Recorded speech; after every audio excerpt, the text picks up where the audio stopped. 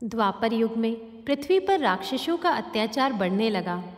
तब माँ पृथ्वी ने गाय का रूप धारण कर अपने उद्धार के लिए वे ब्रह्मा जी के पास गई। ब्रह्मा जी सभी देवताओं और माँ पृथ्वी को साथ लेकर भगवान विष्णु के पास क्षीर सागर में गए। भगवान ने ब्रह्मा जी एवं सब देवताओं को देखकर उनके आने का कारण पूछा। तब माँ पृथ्वी बोली, हे भगवान, मैं पाप की बोझ से दबी जा रही हूँ, मेरा उद्धार कीजिए।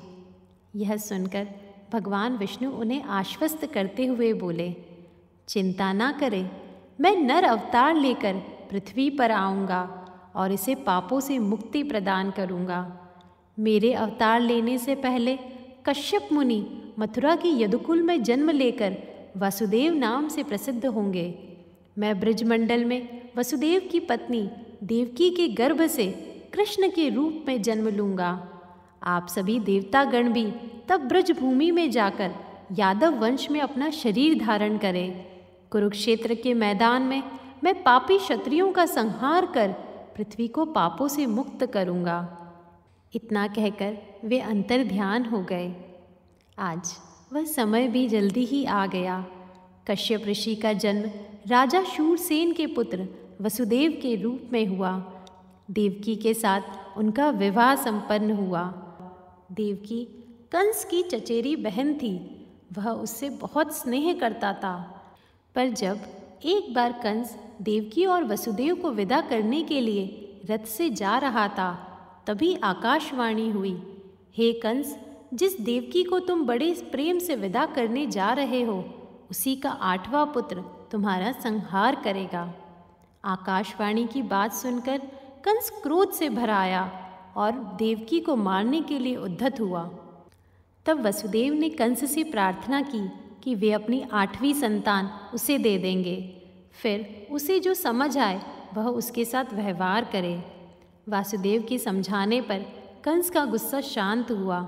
वह जानता था कि वसुदेव झूठ नहीं बोलते, इसीलिए उनकी बात स्वीकार ली। पर उसने वसुदेव और देवकी को कारागार में बंद कर दिया और सख्त पहरा लगवा दिया। उसके बाद एक बार नारद जी वहाँ पहुँचे और कंस से बोले, यह कैसे पता चलेगा कि 8वां गर्भ कौन सा होगा? गिनती गर्भ में आने से शुरू होगी या जन्म से? कंस ने नारद जी के परामर्श पर देवकी के गर्भ से उत्पन्न होने वाले समस्त बालकों को मारने का निश्चय कर लिया। इस प्रकार एक एक करके कंस ने देवकी के 7 बालकों को निर्दयतापूर्वक मार डाला। तब भाद्रपद की कृष्ण पक्ष की अष्टमी को रोहिणी नक्षत्र में श्री कृष्ण का जन्म हुआ। उनके जन्म लेते ही जेल की कोठरी में प्रकाश फैल गया। वसुदेव देवकी के सामने शंख, चक्र, गदा एवं पद्मधारी चतुर्भुज भगवान ने अपना रूप प्रकट कर कहा, अब तुम मुझे तत्काल गोकुल के नंद के यहाँ पहुँचा दो और उनकी अभी अभी जन्मी कन्या को लाकर कंस को सौंप दो। तत्काल वसुदेव जी की हथकड़ियाँ खुल गई, दरवाजे अपने आप खुल गए, पहरेदार सो गए। वासुदेव श्री कृष्ण को टोकरी में रखकर गोकुल की ओर चल दिए। रास्ते में यमुना जी श्री कृष्ण के चरणों को स्पर्श करने के लिए बढ़ने लगी। भगवान ने अपने पैर लटका दिए। चरण छूने के बाद यमुना घटने लगी। वसुदेव यमुना पार कर गोकुल में नंद के यहाँ गए। बालक कृष्ण को यशोदा जी के बगल में सुलाकर कन्या को लेकर वापस कंस के कारागार में आ गए। जेल के दरवाजे पूर्ववत बंद हो गए। वसुदेव जी के हाथों में हथकड़ियाँ पड़ गई। पहरेदार जाग गए। कन्या के रोने पर कंस को खबर दी गई। कंस ने कारागार में जाकर कन्या को लेकर पत्थर पर पटक कर मारना चाहा, परंतु वह कंस के हाथों से छूटकर आकाश में उड़ गई और देवी का रूप धारण कर बोली, हे कंस, मुझे मारने से क्या लाभ? तेरा शत्रु तो गोकुल में पहुंच चुका है। यह दृश्य देखकर कंस हतप्रभ और व्याकुल हो गया। कंस ने श्री कृष्ण को मारने के लिए अनेक दैत्य भेजे। श्री कृष्ण ने अपनी अलौकिक माया से सारे दैत्यों को मार डाला और बड़े होने पर कंस को मारकर उग्रसेन जी को राजगद्दी पर बिठाया। वास्तव में भगवान की लीला अपरंपार है।